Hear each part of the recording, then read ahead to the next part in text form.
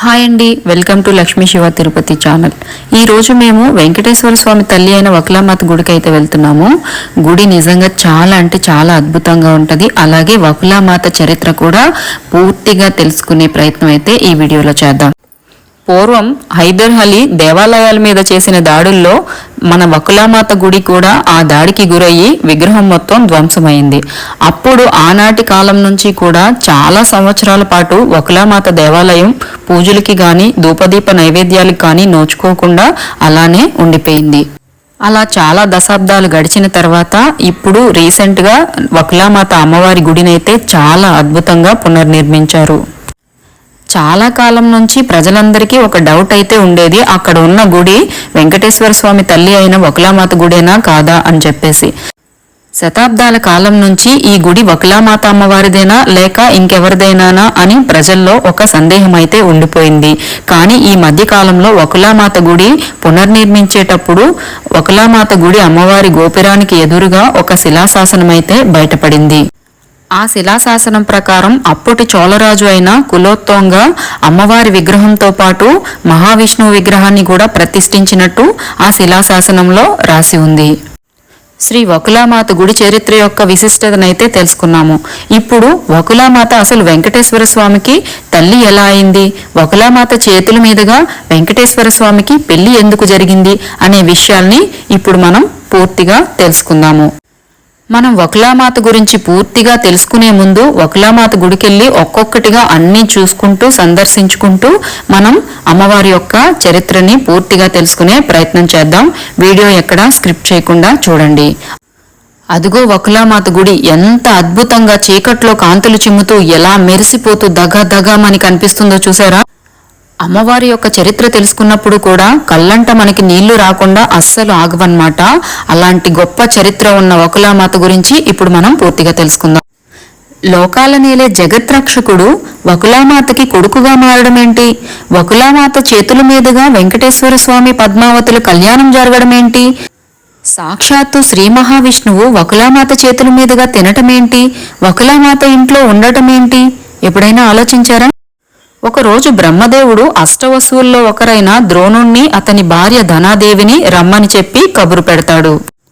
ద్రోణుడు అంటే మహాభారతంలో ఉండే ద్రోణుడు అనుకుంటారేమో, కాదు, ఈయన అష్టవసువుల్లో ఒకరైన ద్రోణుడు. బ్రహ్మదేవుడు చెప్పినట్టుగానే ద్రోణుడు అతని భార్య ధనాదేవి బ్రహ్మదేవుడి వద్దకి వస్తారు. బ్రహ్మదేవుడు వాళ్ళిద్దరినీ భూలోకం వెళ్లి మానవ సేవ చేయమని ఆజ్ఞాపిస్తాడు. అలా ఆజ్ఞాపించగానే ధనాదేవి ద్రోణుడు ఇద్దరూ కలిసి మేము మీరు చెప్పినట్టుగానే భూలోకం వెళ్తాము, కానీ మాకు శ్రీ మహావిష్ణువు సేవ చేసుకునే భాగ్యాన్ని కల్పించండి అని చెప్పేసి అడుగుతారు. వాళ్ళ మాటలు విన్న బ్రహ్మదేవుడు శ్రీ మహావిష్ణువుకి సేవ చేయడము అంటే సాక్షాత్తు ఆ శ్రీ మహావిష్ణువుని భూలోకానికి రప్పించడమే అని చెప్పేసి చెప్తాడు. అలా చెప్పిన తర్వాత ఓకే, మీరు వెళ్ళి భూలోకంలోని సేవ చేయండి, మానవ సేవ చేయండి, ఆ తర్వాత తపస్సు కూడా చేసుకోండి, ఆ తపస్సు మెచ్చితే ఆయనే స్వయంగా భూలోకానికి దిగి వస్తారు, అప్పుడు మీ కోరిక నెరవేరుతుంది అని చెప్పేసి బ్రహ్మదేవుడు చెప్తాడు. బ్రహ్మదేవుడు మాటలు విన్న ద్రోణుడు ధనాదేవి భూలోకం వెళ్లి భూలోకవాసులుగా ఒక ఆశ్రమంలో జీవనాన్ని కొనసాగిస్తూ ఉంటారు. ఒకరోజు ద్రోణుడు భిక్షం తీసుకురావడానికి వెళ్లిన టైంలో ఇద్దరు వృద్ధ దంపతులు అలాగే ఒక బాలబ్రహ్మచారి ధనాదేవి ఉన్న ఆశ్రమానికైతే వస్తారు. అలా వచ్చిన తర్వాత అమ్మా మాకు ఆకలిగా ఉంది, మాకు ఏమైనా ఉంటే పెట్టు, మేము తినేసి కడుపు నింపుకొని వెళ్తాము అని చెప్పేసి అడగ్గా ధనాదేవి రండి కూర్చోండి, మా ఆయన ఇప్పుడే భిక్షం తీసుకురావడానికి వెళ్లారు, ఇప్పుడు వచ్చేస్తారు అని చెప్పి లోపల ఆశ్రమంలోకి తీసుకెళ్లి పెట్టేసి కూర్చోబెడుతుంది. అలా కొంత సమయం గడుస్తూనే ఉంటుంది గాని భిక్షణకెళ్లిన ద్రోణుడు మాత్రం ఎంతకీ తిరిగిరాడు. అలా చాలా లేట్ అయ్యే కొలిది మాకు బాగా ఆకలిగా ఉందమ్మా, ఏదుంటే అది పెట్టు అని చెప్పేసి ఆ వృద్ధ దంపతులు బాలబ్రహ్మచారి అడగగానే ఆమె మనసంతా చలించిపోతుంది. అలా ధనాదేవి ద్రోణుడి కోసం చూడగా ఎంతసేపటికి రాకపోవడంతో ధనాదేవి ఆయన రాకపోతేనేమి నేనే మీకు తినడానికి ఏమైనా తీసుకొస్తానని చెప్పి పరుగున ఒక అంగడికైతే వస్తుంది. అంగడిలో వృద్ధ మహిళలు బాలబ్రహ్మచారి తినడానికి కావాల్సిన అన్ని తీసుకున్న తర్వాత అంగడి యజమాని వీటికి బదులుగా మీరు ఏమైనా ఇచ్చి వీటిని తీసుకెళ్ళండి అని చెప్తాడు. ఆ మాటలు విన్న ధనాదేవి, అయ్యా ఇప్పుడు మా దగ్గర ఏమీ లేదు, మా ఆయన భిక్షాటనకై వెళ్లారు, ఆయన రాగానే మీకు ఏం కావాలన్నా తిరిగి ఇస్తాను, ఇప్పటికైతే నన్ను పంపించండి, మా ఇంట్లో అతిథులు వేంచేసి ఉన్నారు, ఆకలితో ఉన్నారు అని చెప్పగా, మీ దగ్గర ఏమైనా ఉంటే ఇచ్చి తీసుకెళ్ళండి, లేదంటే అక్కడ వదిలేసి వెళ్ళండి అని చెప్తాడు. అప్పుడు ధనాదేవి, నా దగ్గర ఇవ్వడానికి ఏమీ లేదు, అయినా కూడా వచ్చిన అతిథులకు ఆకలికి తీర్చకుండా నేనైతే పంపించలేను అని చెప్పేసి బ్రతిమాలుతుంది. అప్పుడు నీ దగ్గర ఏమీ లేకుండా ఎందుకున్నాయి, నీ దగ్గర సౌందర్యం ఉంది కదా, అదే నాకు ఇవ్వు అని చెప్పేసి అడుగుతాడు. ధనాదేవి అద్భుతమైన సౌందర్యవతి. అంగడివాడు అడిగినట్టుగా ఆమె సౌందర్యాన్ని అతనికి ఇస్తే ఆమె పాతివ్రత్యం పూర్తిగా పాడైపోతుంది. అలా కాకుండా ఇంటికొచ్చిన అతిథుల్ని కూడా భోజనం పెట్టకుండా పంపించకూడదు. ఏం చేయాలో తెలియని ధనాదేవి సందిగ్ధంలో ఆలోచిస్తూ, మీకు కావలసింది నా సౌందర్యమే కదా, తీసుకోండి అని చెప్పి అక్కడున్న కత్తిని తీసుకుని తన 2 స్తనాలని కట్ చేసి ఒక ప్లేట్లో పెట్టి అక్కడ పెట్టేసి ఆ రక్తపు మడుగుల్లో వాళ్ళకి కావలసిన తినుబండారాలను తీసుకుని అక్కడి నుంచి ఒక్కొక్క అడుగు వేసుకుంటూ ఆశ్రమానికి చేరుకుని ఆశ్రమానికి వచ్చిన అతిథులకు ఆకలిని తీరుస్తుంది. అది చూసిన ఆ వృద్ధ దంపతులు బాలబ్రహ్మచారి ఆమె భక్తిని చూసి ఒక్కసారిగా వాళ్ళ పూర్వ రూపాలనైతే పొందుతారు. వచ్చిన ఆ వృద్ధ దంపతులు ఆది దంపతులైన శివపార్వతులు బాలబ్రహ్మచారి మహావిష్ణువుగా మారి ఆమె భక్తిని మెచ్చి ఆమెను తాకగానే పూర్వ వైభవాన్ని పొందుతుంది. ధనాదేవి యొక్క భక్తిని మెచ్చి శ్రీ మహావిష్ణువు శివపార్వతులు ఏ స్తనాలనైతే కోసి బదులుగా ఇచ్చి మా ఆకలిని తీర్చావో అదే స్తనం యొక్క పాలు తాగి నీ కొడుకుగా పెరిగి నీ రుణాన్ని తీర్చుకుంటానమ్మా అని చెప్పేసి ధనాదేవికి శ్రీ మహావిష్ణువు వరమిస్తాడు. అలా శ్రీ మహావిష్ణువు వరమివ్వడం వలన ధనాదేవి, ద్రోణుడు తర్వాత జన్మలో నందుడు, యశోదలుగా జన్మిస్తారు. ఆ తర్వాత కృష్ణుడు ఎలా వాళ్ళ దగ్గరికి వచ్చాడు ఏంటి ఆ కథంతా మనకి తెలిసిందే. శ్రీ మహావిష్ణువు వరమిచ్చినట్టుగానే నందుడికి యశోదకి పుత్రుడిగా మారి యశోద యొక్క స్తనాల పాలు తాగి తన ఆకలిని తీర్చుకుని తన బాల్యాన్ని మొత్తం గడిపి పెద్దయిన తర్వాత తన సొంత తల్లిదండ్రులైన దేవకి వసుదేవుల దగ్గరికి ప్రయాణమయ్యి వెళ్తాడు. ఈ కథ అంతా మనకి తెలిసిందే.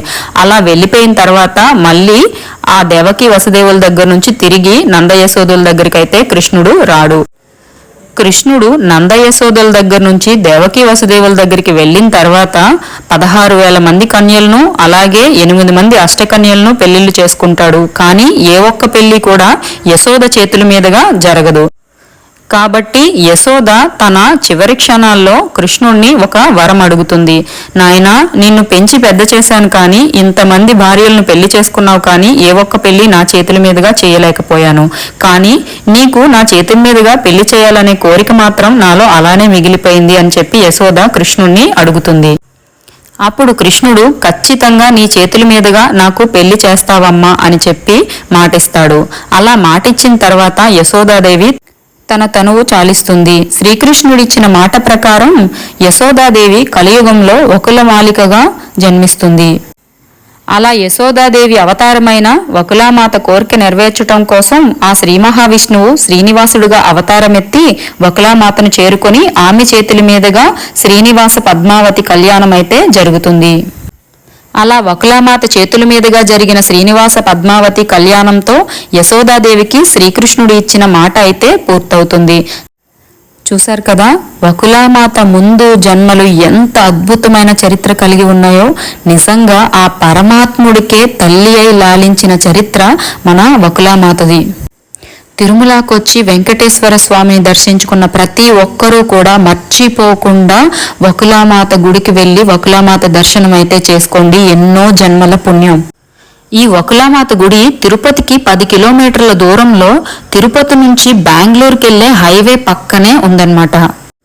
చాలా మందికి వకులామాత యొక్క విశిష్టత, గుడి యొక్క పునర్నిర్మాణం గురించి తెలియకపోవచ్చు. ఒకవేళ అలా తెలియని వాళ్ళైతే ఈ వీడియో చూసిన తర్వాత అయినా తిరుమలకు వచ్చిన తర్వాత ఖచ్చితంగా స్వామివారి దర్శనం చేసుకున్నాక వకులామాత దర్శనం కూడా చేసుకోండి. ఓకే, మరి ఈ వీడియో ఎలా అనిపించిందో కామెంట్ చేయండి. ఇంతవరకు వీడియో చూసిన వాళ్ళందరికీ ధన్యవాదాలు.